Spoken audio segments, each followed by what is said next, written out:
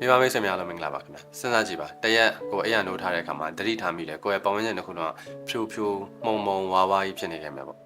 ကျွန်တော်စာဖတ်ရတာအခက်ခဲတွေဖြစ်လာခဲ့မှာပေါ့ကျွန်တော်တို့ရဲ့လောကကြီးတစ်ခုလုံးကအယောင်မှိန်မှိန်လေးတွေဖြစ်နေခဲ့မှာပေါ့ဆိုရင်လူကြီးမင်းခံစားနေရတဲ့ကိစ္စသည်အတွင်းတိမ်ယောဂဖြစ်ကောင်းဖြစ်နိုင်ပါတယ်အတွင်းတိမ်သည်ကုသလို့ရှိရင်ကျွန်တော်တို့69ရာခိုင်နှုန်းပျောက်တဲ့အချိန်တွေရှိပေမဲ့အချိန်မကုသမိခဲ့လို့ရှိရင်မျက်လုံးကွယ်နိုင်တဲ့အဆင့်ထိကျွန်တော်တို့ကြီးကျယ်လွန်ပါတယ်ဆိုတော့ဒီယောဂအတွင်းတိမ်ကဘာကြောင့်ဖြစ်ရတာလဲကျွန်တော်တို့ဖြစ်ရင်ဘယ်လိုကုသလဲဖြစ်ရင်ဘယ်လိုကောက်ွယ်လဲဒါအကြောင်းကိုဒီနေ့ဆွေးနွေးကြမှာဖြစ်ပါတယ်ကျွန်တော်ကတော့မိဘမိတ်ဆွေများအားလုံးရဲ့ဒေါက်တာဇွဲလင်းသူဖြစ်ပါတယ်ကဲစလိုက်အောင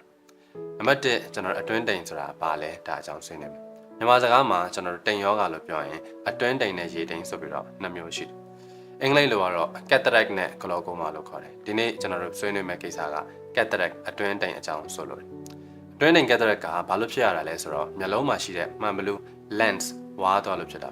ာမှန်ပါတယ်ကျွန်တော်တို့မျက်လုံးနှစ်ဖက်လုံးမှာကျွန်တော်တို့မှန်ဘလူးတစ်တစ်လေးတွေရှိပါတယ်ဒီမှန်ဘလူးရဲ့အလုပ်ကဘာလုပ်လဲဆိုတော့ကျွန်တော်ရဲ့အမြင်အာရုံမှာကိုကြည့်တဲ့ကိစ္စကိုကြည်လင်ပြတ်သားမှုဖြစ်စေနီးတဲ့ကိစ္စကိုတစ်မျိုးကြည့်စေတယ်ဝေးတဲ့ကိစ္စကိုတစ်မျိုးကြည့်စေအဲ့တော့ဒီမှန်ဘလူးကကြည်လင်ပြတ်သားနေတဲ့လောက်ကျွန်တော်ရဲ့အမြင်အာရုံကလည်းကြည်လင်ပြတ်သားနေမယ်လို့ပြောတယ်သို့တော့ပြဿနာဘာတက်လဲဆိုတော့အသက်ကြီးလာတဲ့အခါမှာကျွန်တော်တို့ပျက်စီးမှုဖြစ်လာတဲ့အပေါ်မျက်လုံးမှာမျက်လုံးရဲ့ lens မှန်ဘလူးမှာဝါးလာတယ်နောက်လာတယ်အဲ့ဒီခါကျလို့ရှိရင်ဒီလူကအတွင်းတိမ်ယောဂခံစားရတယ်ပေါ့ maybe ဒီလူကမျက်လုံးနှစ်ဖက်မှာတစ်ဖက်ကအတွင်းတိမ်ခံစားရတယ်ဆိုလို့ရှိရင်ကျွန်တော်တို့အဲ့တစ်ဖက်ကဖြူနေမယ်ဝါးနေမယ်ကောင်းတဲ့ဘက်ကကြည့်တယ်ဆိုရင်တော့ကောင်းတဲ့ဘက်ကရှင်းလင်းနေမယ်ပေါ့သို့တော့နှစ်ဖက်စလုံးမှာအတွင်းတိမ်တစ်ပြိုင်တည်းဖြစ်တဲ့သူကတော့သတိထားမိချင်မှထားမိမယ်ဘာလို့လဲဆိုတော့သူ့အနေနဲ့မျက်လုံးနှစ်ဖက်လုံးကဒါမျိုးပဲမြင်နေရတာဆိုတော့ဒီလိုတိမ်ဖြစ်ပြီဆိုလို့ရှိရင်ဘာခံစားရလဲဆိုတော့ကျွန်တော်တို့ရဲ့လက္ခဏာတွေအနေနဲ့နံပါတ်1ကတော့အမြင်တွေမှုံသွားလာတယ်ဆိုတော့အမြင်တွေမှုံသွားတယ်ဆိုပြီးတော့ကျွန်တော်တို့ဘာထင်လဲဆိုတော့ပါဝါတက်သွားပြီပါဝါပြောင်းသွားပြီလို့ထင်ပြီးတော့ခဏခဏကျွန်တော်တို့ပါဝါတွေမျက်စိပါဝါတွေတွတ်တွတ်ပြီးတော့လဲရတယ်ပေါ့အလင်းတွေစိုးတဲ့အခါကျလို့ရှိရင်မျက်လုံးမှာအလင်းတွေဖြူဖြူကြီးတွေဖြစ်တယ်ဆူဆူကြီးတွေဖြစ်တယ်ကျွန်တော်တို့မီးခွင်းတွေတွေ့ရတယ်ဥပမာအဖြစ်ညဘက်ကိုကားမောင်းတဲ့အခါကျလို့ရှိရင်အရှိကကျွန်တော်တို့ကားမီးကြီးထိုးလိုက်တော့အခါမှာအဲ့ဒီမီးကြီးထိုးတဲ့ဓာတ်ကိုမခံနိုင်ဘူးမျက်လုံးမှာတအားကျိန်းတဲ့ကြောင့်မလို့ကားမမောင်းနိုင်တော့ဘူးအခြေအနေဒီဖြစ်တယ်ပေါ့ကျွန်တော်ရဲ့ပတ်ဝန်းကျင်တစ်ခုလုံးဘယ်နေရာကြည့်အယောင်တွေမှိန်လာတယ်အယောင်တွေဖြော့လာတယ်ဆိုတော့ဒီလက္ခဏာတွေခံစားနေရတဲ့အခြေအနေကအဲ့ဒါအတွင်းတိမ်ရဲ့လက္ခဏာတွေဖြစ်တယ်ဆောင်းကျွန်တော်ကပြောသလိုပဲတစ်ဖက်တည်းခံစားနေရတဲ့အခါကျရင်တော့သတိထားမိပြီးတော့နှစ်ဖက်လုံးခံစားနေရတဲ့အခါကျရင်တော်တော်များများလူမှာသတိမထားမိတတ်ကြဘူးဆိုတော့ဒီလက္ခဏာတွေရဲ့နောက်ဆက်တွဲမှာဘယ်အထိဖြစ်သွားတတ်လဲဆိုတော့မျက်လုံးကွယ်တဲ့အထိဖြစ်သွားတတ်တယ်ကမ္ဘာပေါ်မှာမျက်လုံးကွယ်ရခြင်းအကြောင်းရင်းတွေအားလုံးရဲ့90%ခိုင်နှုန်းတော်ဝက်လောက်ကဒီအတွင်းတိမ်ကြောင့်ဖြစ်ကြတာများတယ်ဆိုလိုချင်တာအတွင်းတိမ်ဒီပြောင်းလွယ်လွယ်ကုလို့ရတဲ့ယောဂဖြစ်တယ်ဆိုတော့အဲ့လိုပြောင်းသွားနိုင်ခြင်းရှိတဲ့ယောဂကိုအချိန်မီမကုသနိုင်လို့ရှိရင်မျက်စိကွယ်သွားနိုင်တယ်ပေါ့ဆိုတော့ဒီဟာသာကျွန်တော်တို့စောစောစီးစီးကုသနိုင်ရင်မျက်စိကွယ်ခြင်းမြောက်များစွာကိုကာကွယ်နိုင်တယ်အသက်ကြီးလေပို့ပြီးတော့ဖြစ်လေအသက်50 60ကျွန်တော်တို့ကြော်လာပြီဆိုရင်30%ခိုင်နှုန်း3ပုံ1ပုံလောက်တော့သူတွေမှာဒီမျက်စိတိမ်ယောဂခံစားရတယ်အသက်ငယ်တဲ့သူတွေမှာလည်းဖြစ်တယ်နော်30ကျော်တွေမှာလည်းတစ်ခါတက်ရန်ရှားတော့ရှားတယ်ဖြစ်တတ်တယ်ဒါပေမဲ့အသက်ကြီးရင်ဖြစ်များတဲ့ယောဂပေါ့အဲဒီမှာအသက်ကြီးလေပို့ပြီးတော့များလေဥပမာအသက်85နှစ်ကျော်ပါလို့ရှင်80%လောက်တော့သူတွေမှာဒီအတွင်းတိမ်ကိစ္စဖြစ်တယ်အဲ့တော့ကိုယ့်အိမ်မှာလူကြီးမိဘတရားရောက်ရှိနေခဲ့တယ်ဆိုရင်အဲ့ဒီလူကြီးမိဘကအသက်60 90ကျော်ရှိနေခဲ့တယ်ဆိုရင်သူ့စီမှာအတွင်းတိမ်ဖြစ်ဖို့အလားအလာရှိပါတယ်အဲ့တော့အဲ့လိုမျိုးအတွင်းတိမ်ကျွန်တော်တို့အလားအလာရှိတဲ့သူအတွင်းတိမ်ရှိမှန်သိတဲ့သူဟာဘယ်လိုလက္ခဏာစပြီးတော့ခံစားပြီးသိလာလဲဆိုတာအောက် comment ထဲမှာကျွန်တော် share ခဲ့အောင်နော်ဒါဆိုရင်အဲ့ဒီအတွင်းတိမ်ကအသက်ကြီးလို့ဖြစ်တယ်ဆိုတော့တခြားအကြောင်းရင်းမရှိဘူးလားတခြားအကြောင်းရင်းနေနဲ့ကျွန်တော်တို့စီးကြိုယောဂရဲ့နောက်ဆက်တွဲမှာလည်းဖြစ်တယ်စီးကြိုယောဂတော်တော်လေးကမှစိုးတဲ့ယောဂဖြစ်တယ်သူယောဂဖြစ်ပြီးဆိုလို့ရှိရင်တခြားသောဘယ်ယောဂမဆိုကိုလောက်ခပို့ပြီးတော့ပေးတယ်အဲ့တော့အတွင်းတိမ်ဖြစ်နိုင်တဲ့သူဒီစီးကြိုယောဂရှိတဲ့အခါမှာအတွင်းတိမ်ဖြစ်ဖို့အလားအလာများတယ်ဆိုတော့ခုနကကျွန်တော်ပြောသလိုကိုဒီအသက်ကြီးလို့ရှိရင်မျက်စိကိုပုံမှန်တစ်နေ့တစ်ချိန်ပုံမှန်စစ်ပေးနေရမယ်ကို့မှာစီးကြိုသွေးတိုးယောဂလိုမျိုးအခြေအနေရှိတယ်ဆိုရင်တော့ကိုဒီ6လတစ်ချိန်စစ်ပေးနေဖို့လိုအပ်တယ်အသက်ကြီးမကြီးဒါအပြင်ကျွန်တော်တို့ဆေးဝါးတွေတောက်တဲ့အနေနဲ့ဥပမာဒီလူတယောက်ကကြောက်ကတ်တို့အသေးတို့အစားထိုးထားတဲ့အပေါ်မှာသူစတီရိုက်ဆေးတစ်လုံးဆွဲတောက်ရတယ်ပေါ့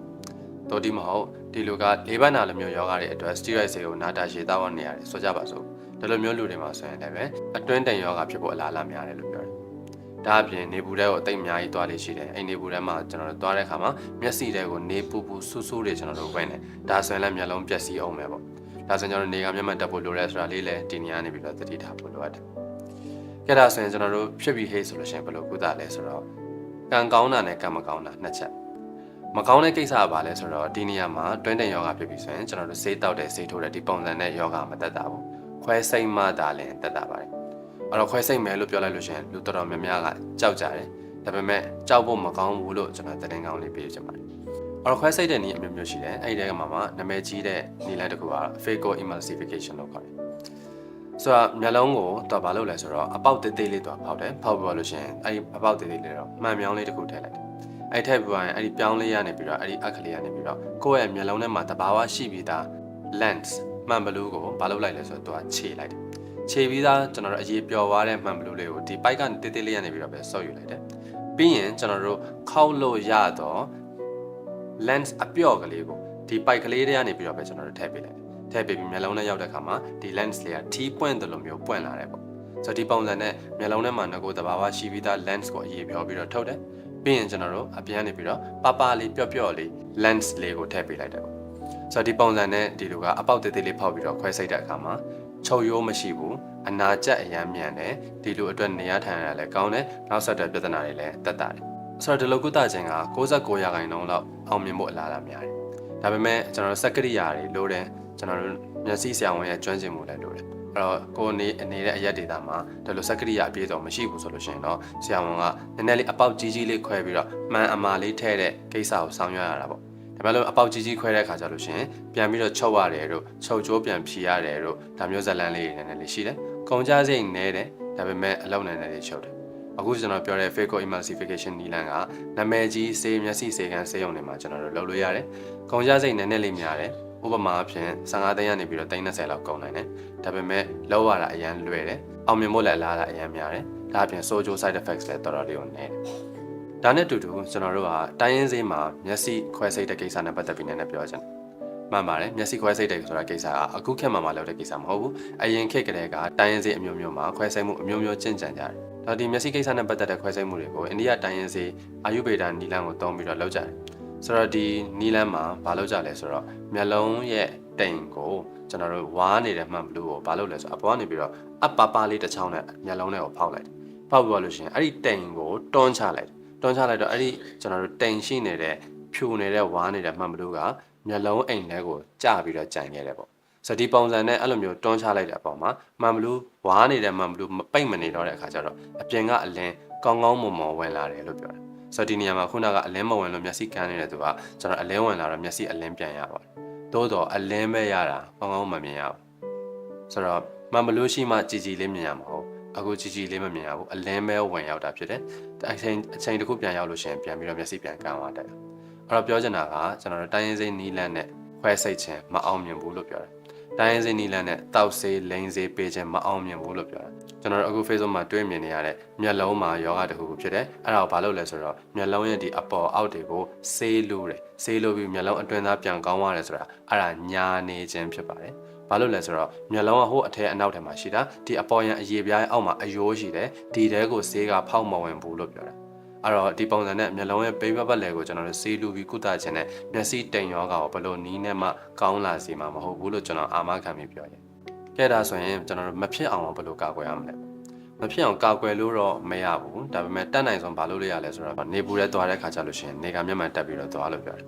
နေကမျက်မှန်တက်ပြီးသွားခြင်းက style လည်းဖြစ်စေမှာဖြစ်တယ်တနည်းအားဖြင့်မျက်စိမပြတ်စေအောင်လည်းကာကွယ်ပေးမယ်ဒါအပြင်ကိုယ်စီမှာစီးကျိုယောဂရှိတဲ့ဆန်စီးကျိုထိမ်းမှာစီးကျိုရှိခြင်းသည်ခြေထောက်လက်မျက်စိရှိသမျှကိစ္စအားလုံးကိုဒုက္ခပေးပါတယ်နောက်ဆုံးကျွန်တော်တို့အရွေရှမ်းအသီးနှံလေးတွေစားပါအနီအောင်ဝိုင်းအောင်အသီးနှံလေးတွေစားခြင်းအဖြစ်မျက်စိအားကောင်းလာပါအောင်မယ်အဲ့တော့နောက်ဆုံးပဲကျွန်တော်ပေးခြင်းတဲ့ message ကတော့တိမ်ယောဂါသည်အထူးသဖြင့်အတွင်းတိမ်ယောဂါသည်ကုသလို့ပြောတဲ့ယောဂါဖြစ်တယ်ဒါကိုအချိန်မီမကုသနိုင်လိုက်ဘူးဆိုလို့ရှိရင်ဒါမှမဟုတ်ကုသမှုနည်းလမ်းတွေမှားယွင်းခဲ့တယ်ဆိုလို့ရှိရင်ဒါမှမဟုတ်အချိန်နှောင်းသွားခဲ့တယ်ဆိုရင်မျက်စိကွယ်သွားနိုင်တယ်လို့ကျွန်တော်ကသတိပေးနေတာဖြစ်ပါတယ်ကျွန်တော်နာမည်ဒေါက်တာဇွဲလင်းသူလို့ခေါ်ပါတယ်ဒီဗီဒီယိုကကိုယ့်အတွက်ကိုယ့်မိသားစုမိတ်ဆွေတွေအတွက်အကျိုးရှိတယ်ဆိုရင် like and share လေးလုပ်ဖို့မမေ့နိုင်အောင်နော်ကျွန်တော်ရဲ့ Facebook page ကိုလည်း follow လုပ်ပါခဲ့ပါကျွန်တော်ရဲ့ YouTube channel ကိုလည်း subscribe လုပ်ထားပေးပါအောင်နောက်ပတ်ဗီဒီယိုတွေနဲ့ဆက်လက်ပြီးဆောင်တွေ့ပါအောင်မယ်အားလုံးကိုကျေးဇူးတင်ပါတယ် see you